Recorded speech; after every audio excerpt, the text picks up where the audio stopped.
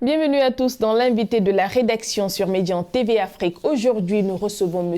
Alassane Seck. Il est secrétaire exécutif de la Ligue sénégalaise des droits humains. C'est un plaisir de vous recevoir sur Médian TV Afrique. Merci Madame Amina Retiam. À l'ordre de cet entretien, le respect des libertés en Afrique et le rôle de la société civile. Alors, quelle lecture faites-vous du respect des libertés en Afrique?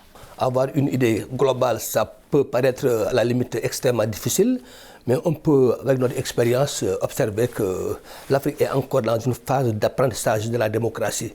Parce que justement, le respect des libertés publiques est à la limite une phase justement d'un état de droit. Or, ce n'est pas le plus facile en Afrique. En Afrique, nous le constatons tous les jours, des violations massives des droits de l'homme. En Afrique, nous le vivons. Souvent, les pays francophones comme les pays anglophones n'ont pas forcément la même culture donc, de respect de l'état de droit. On peut observer ici et là des avancées et ensuite des reculades ou des reculs que nous observons dans certains pays.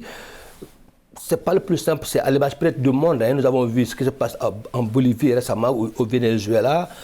En tout cas, ce que nous savons, c'est que ce n'est pas le plus simple. Et ce qui est peut-être heureux, c'est que cette notion de coup d'État, qu'on appelle à la limite une prise de force du pouvoir, tend à reculer. Ça, nous l'avons constaté depuis quelques années avec l'avènement de la CEDEAO, qui a mis en place des structures et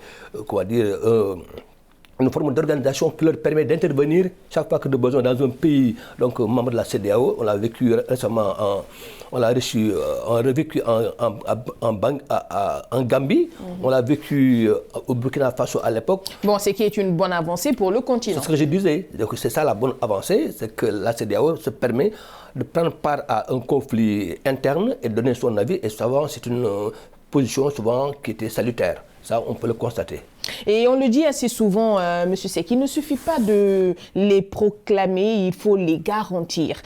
Comment les citoyens africains perçoivent-ils, selon vous, et interprètent la situation des libertés politiques et civiles dans leurs pays respectifs? Il faut le regretter que malheureusement les populations africaines ne sont pas encore assez conscientisées.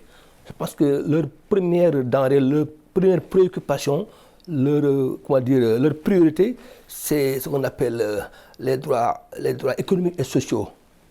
Savoir avoir les moyens de vivre, pouvoir avoir les besoins élémentaires que sont le travail, ou en tout cas les moyens économiques, manger et boire, se vêtir, s'habiller. Et souvent, ce n'est pas encore l'élément essentiel qui soit, généralisé en Afrique. Il y a certains pays où il y a l'extrême pauvreté. On avait vu le Sud-Soudan, on a vu les pays comme le Niger, qui malgré leur richesse immense, encore tardent à avoir leur population qui sont à peu près à 60% pauvres.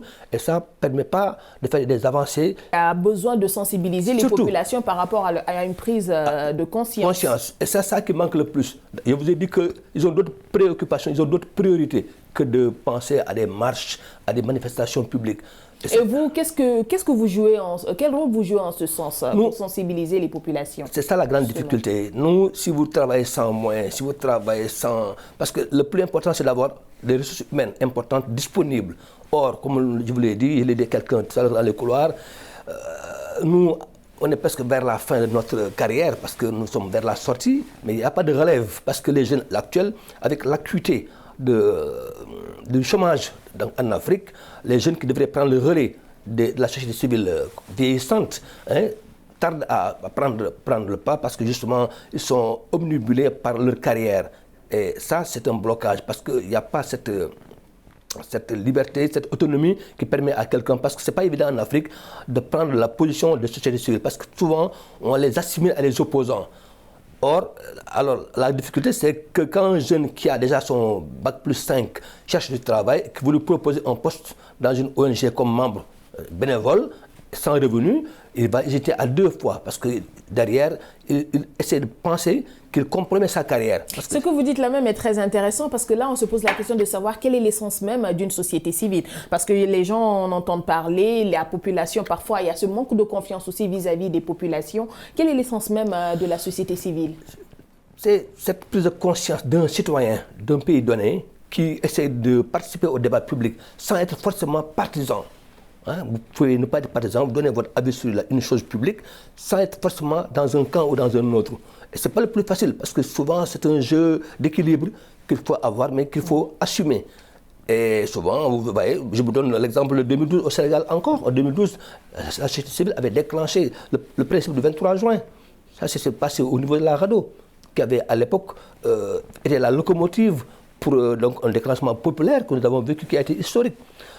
Permettez tant d'exemples aussi, comme ce qui s'est produit au Kenya, quand on a voulu augmenter le salaire des parlementaires. Parfait. Et on a vu le rôle important qui a été joué par la société civile. Absolument. Au Soudan, en Algérie, tous ces pays, à l'époque même, je parle du printemps arabe, à l'époque en Tunisie, il y a eu un jeune qui s'est levé, qui s'est immolé par le feu, et ça a déclenché la colère des populations, qui était à la limite encadrée par la société civile, plus les opposants.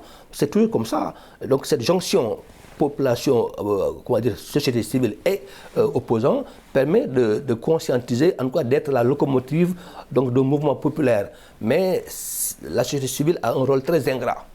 Parce que souvent, elle n'est pas payée en retour. Parce que quand ça marche, je vous donne l'exemple toujours du Sénégal, quand ça marche avec le régime, on dit que c'est un transhumant ou bien il a été vendu. Et quand vous êtes dans l'opposition en jonction, qu'on appelle une unité d'action, on dit que c'est un opposant. Et cela montre aussi que vous avez un rôle fondamental dans la consolidation de la démocratie dans le pays, n'est-ce pas? Absolument, nous sommes en train de le jouer. Aujourd'hui, je suis invité à Midi Afrique. J'étais dans un journal de la place pour parler de liberté publique, justement parce qu'il y avait une arrestation. Nous sommes en train de jouer un rôle de veille, d'avant-garde, pour conscientiser les populations. Mais ce n'est pas le plus simple parce que les populations ont d'autres chats à fouetter, ont d'autres priorités. Tant et si bien que donc, nous faisons ce qu'on appelle un travail de Sisyphe. Chaque fois, nous remontons, nous essayons d'expliquer. Et chaque fois, parce que les populations sont extrêmement démunies. D'abord, sur le plan de la conscientisation, les populations ne sont pas forcément alphabétisées. Mais il est toujours bon pour un citoyen de connaître ses droits et devoirs envers son pays. Absolument. Et ça, c'est ce que nous souhaitons. Nous avons de façon régulière des séminaires d'information, des séminaires de sensibilisation, des visites dans les différents quartiers pour mobiliser les jeunes. Mais c'est un travail qui nécessite d'abord des moyens financiers, une disponibilité de tous les jours. Et ça, pour l'instant, ce n'est pas le plus simple. En tout cas, vous êtes perçus comme les garde-fous de la démocratie d'un pays, ce qui est tout à fait bien. Absolument. Alors, ainsi se referme cet entretien. En tout cas, merci d'avoir répondu à notre invitation.